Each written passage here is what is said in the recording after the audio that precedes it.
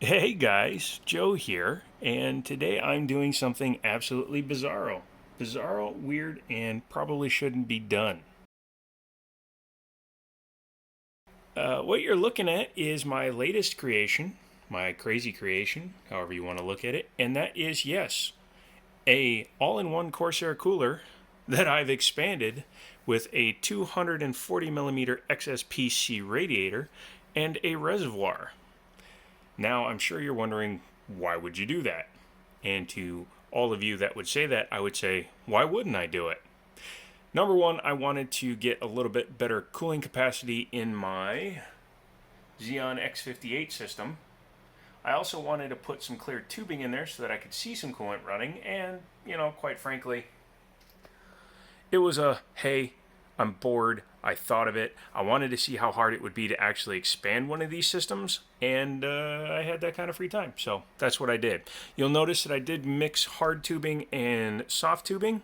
Actually, all I did was I kept the original tubing. Hang on one second while I set this back up so that it doesn't fall over and, break.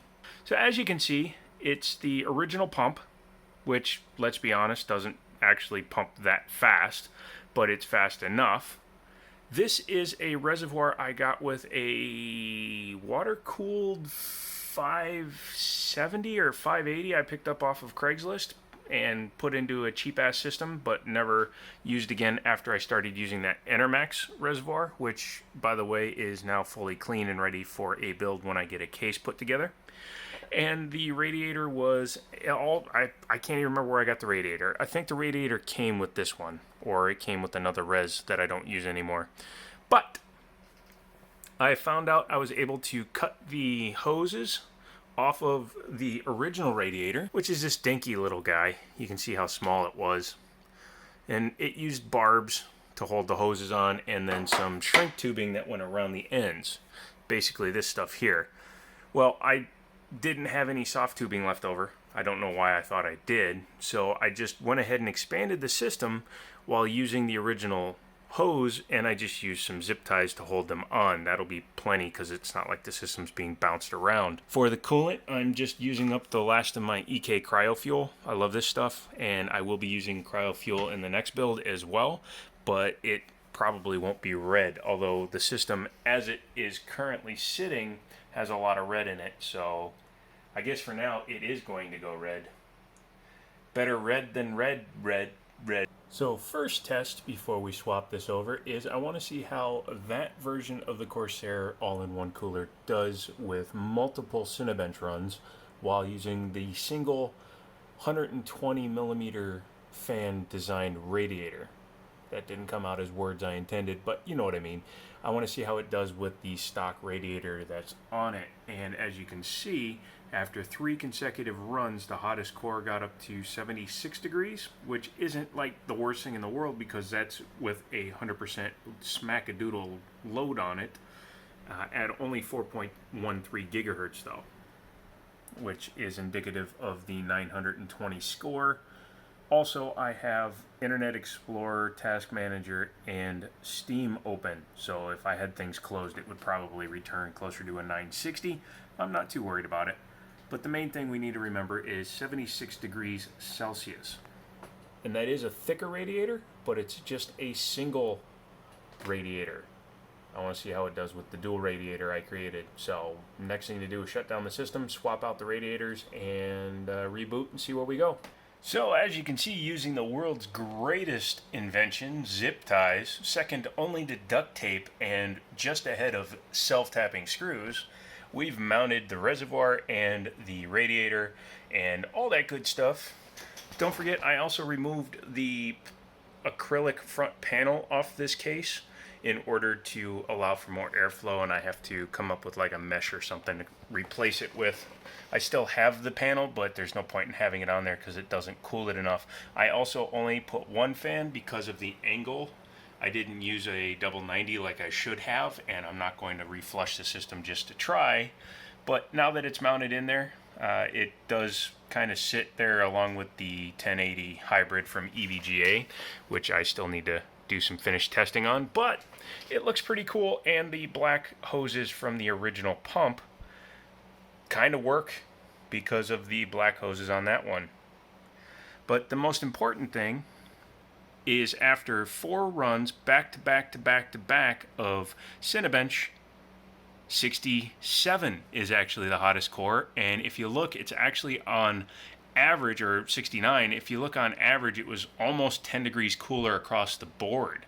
So it actually did much, much better than I was expecting. It's idling right now at 4.13 gigahertz in the 30s. So what I'm going to do is I'm actually going to shut it back down, restart, go back into the BIOS, and bump my overclock back up and see how far I'm going to take it on what is essentially an expanded AIO. Now, you know I wasn't going to leave it like that. I did go ahead and clean it up. Went and found my other double 90, or my other 90, so now it's running 290 fittings so that it can actually sit straight up and down. I get rid of the zip ties. I'm actually using a Velcro cord bandaging strap. I think that looks a little bit better there, keeping it nice and straight. It actually doesn't need it, but it's there.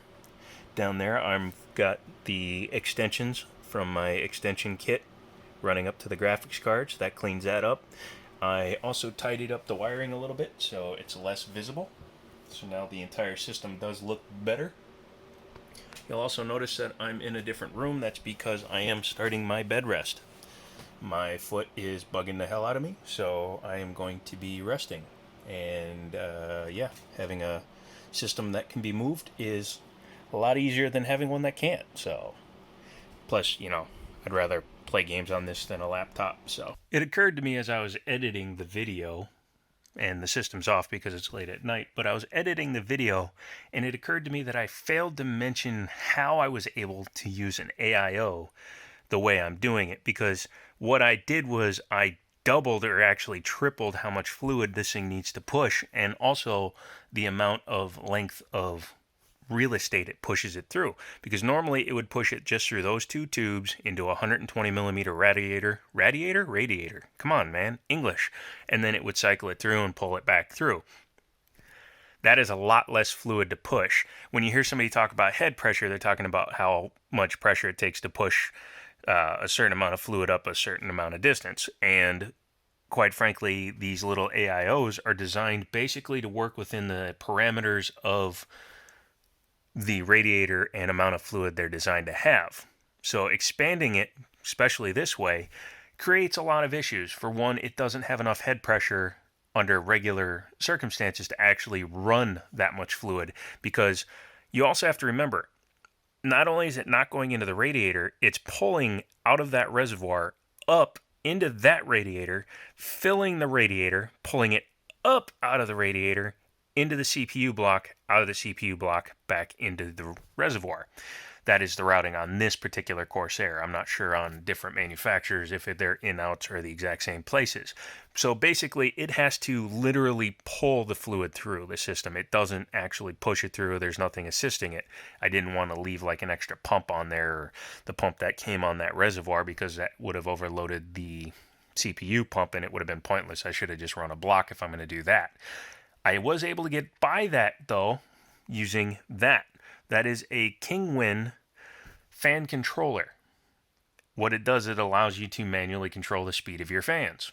As long as you have a pump, like the Corsair pump, that uses a standard 3-pin connector, because that's all it uses. It's not PWM, it's just a 3-pin. Although that fan controller does allow you to plug PWM fans into it. It does have 4-pin adapters on it. I was able to plug the pump into the fan controller and then just crank the snot out of the fan controller. So I'm probably increasing the speed by 2.5 times that pump normally runs at, which in turn forces the pressure through the system, which allows it to cool this CPU. And again, it's over 10 degrees cooler than the original version of the pump. And that's pretty impressive.